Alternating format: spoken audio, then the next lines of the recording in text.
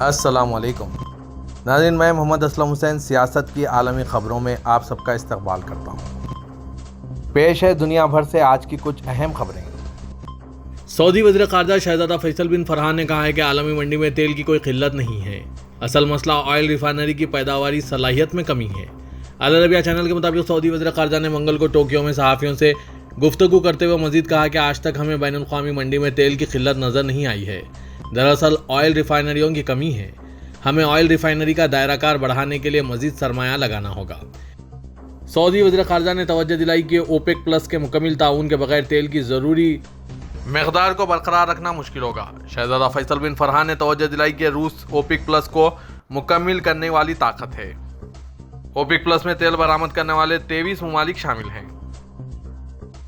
گاڑیوں کی میکینک سعودی خاتون مریحان الباز نے کہا ہے کہ گاڑیوں کی اصلاح و مرمت اچھا پیشہ ہے، اس کام میں خواتین کے لیے کوئی مشکل کام نہیں ہے۔ سعودی چینل کے پروگرام صباح السعودیہ سے گفتگو کرتے ہوئے مریحان الباز نے کہا کہ اگر راستہ چلتے ہوئے کسی کی گاڑی خراب ہو جائے اور آپ اس کی مدد کر دیں تو یہ اچھی بات ہے، ایسا کر کے خوشی ملتی ہے۔ کار میکینک کا پیشہ ایسا ہے کہ وہ ضرورت کے وقت لوگوں کی دعائیں سمیٹ لیتا ہے، ضرورت مند کی خوشی دیکھ کر فخر بھی محسوس ہوتا ہے اور دل سے شکریہ کے الفاظ بھی زبان پر آ جاتے ہیں۔ مریحان الباز نے توجہ دلائی کہ دراصل بچپن سے ہی انہیں گاڑیوں سے دلچسپی تھی۔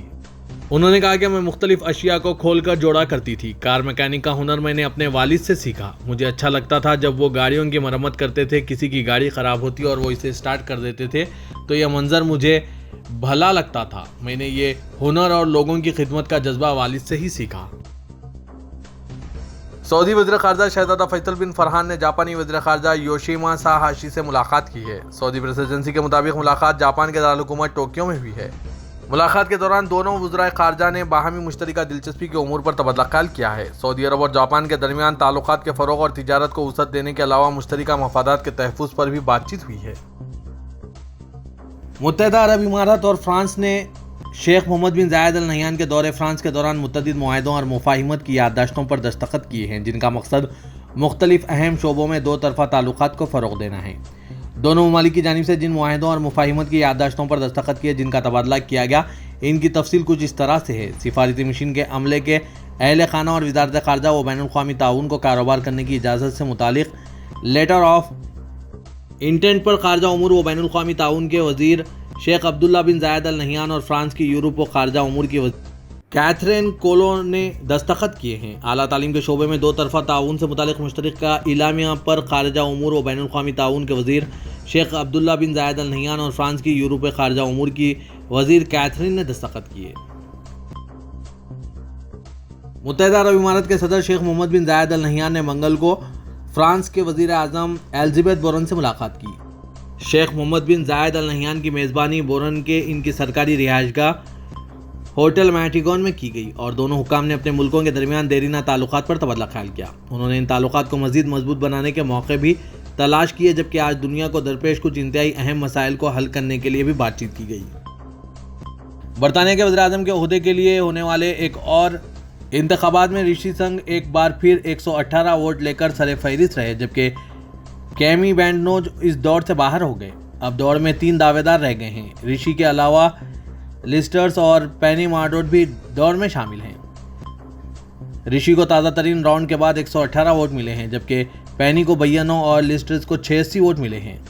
کیمی بینڈنوج کو 59 ووٹ ملے اور وہ دوڑ سے باہر ہیں۔ دوسری جانب کنزرویٹو پارٹی کی جانب سے رشی اور لسٹرز کے درمیان ٹی وی پر طے شدہ بحث کو آخری لمحات سے منسوخ کر دیا گیا۔ اپوزیشن لیبر پارٹی نے اس حوالے سے حکمران جماعت کو نشانہ بنایا ہے۔ لیبر پارٹی نے کہا ہے کہ مہنگائی تیزی سے بڑھ رہی ہے، ٹیکس کی سطح 70 سال کی بلند ترین سطح پر پہنچ گئی ہے، یہ اس نسل کا بدترین معاشی بحران ہے۔ روس نے ہندوستان کو قدرتی گیس کی کم از کم 5 کنسائنمنٹس فراہم کرنے میں غلطی کی ہے۔ یوکرین کی جنگ کے بعد یورپ اور مغربی ممالک نے روس پر سخت پابندیاں عائد کر دی ہے۔ اس کے جواب میں روس نے بھی یورپ میں گیس سپلائی کرنے والی کمپنیوں پر انتقامی پابندیاں عائد کر دی ہے۔ اسی کی وجہ سے روس کی طرف سے ہندوستان کو قدرتی گیس کی کم از کم 5 کنسائنمنٹس کی سپلائی میں غلطی ہوئی ہے۔ بھارت کی سب سے بڑی گیس کمپنی گیل انڈیا لمیٹڈ نے روسی گیس پروڈیوسر گیز پروم کے سنگاپور میں قائم یونٹ سے سالانہ 2.5 ملین ٹن LNG درآمد کرنے کے لیے ایک طویل مدتی معاہدہ کیا ہے۔ روس اور ایران دو ایسے ممالک ہیں جن پر امریکہ سمیت مغربی ممالک نے کئی طرح کی پابندیاں عائد کی ہوئی ہے۔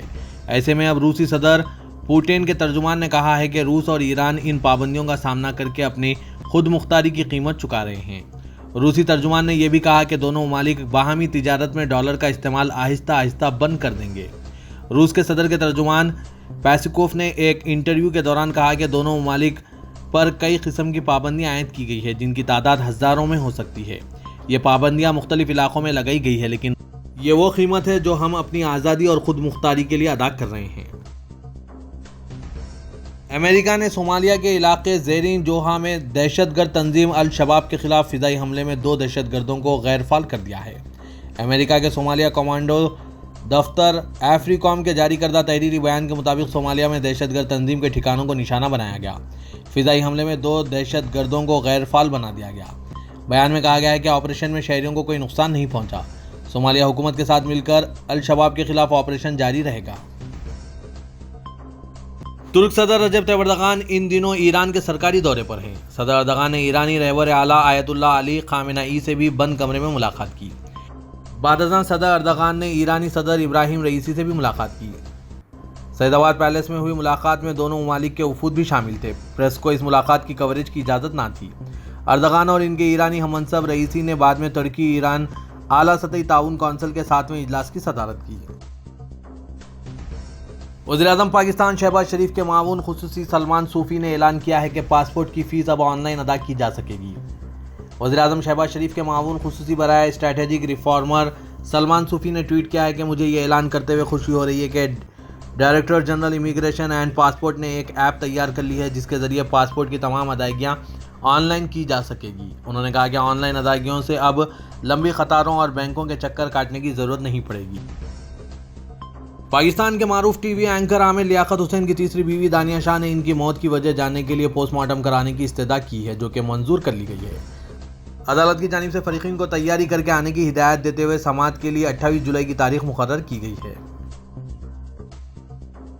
ہندوستان کے راجستھان ریاست سے 24 سال کے ایک پاکستانی شہری کو گرفتار کرنے کا دعویٰ کیا گیا ہے، جس نے بھارتیہ جنتا پارٹی کے سابق ترجمان نپور شرما کو قتل کرنے کا مبینہ منصوبہ بنایا تھا۔ ہندوستان ٹائمز کے مطابق پولیس افسر آنند شرما نے کہا ہے کہ پاکستانی شہری کو بارڈر سیکورٹی فورسز نے 16 اور 17 جولائی کی درمیانی رات سرحدی چوکی ہندو ملکوٹ سے گرفتار کیا۔ سرحد پر پیٹرولنگ ٹیم نے جب پاکستانی شہری کو مشکوک پایا تو اس کو فوری طور پر حراست میں لے لیا اور تلاشی لی۔ ان کے مطابق انٹیلیجنس بیورو را سمیت دیگر انٹیلیجنس ادارے پاکستانی شہری سے پوچھ گچھ کر رہے ہیں۔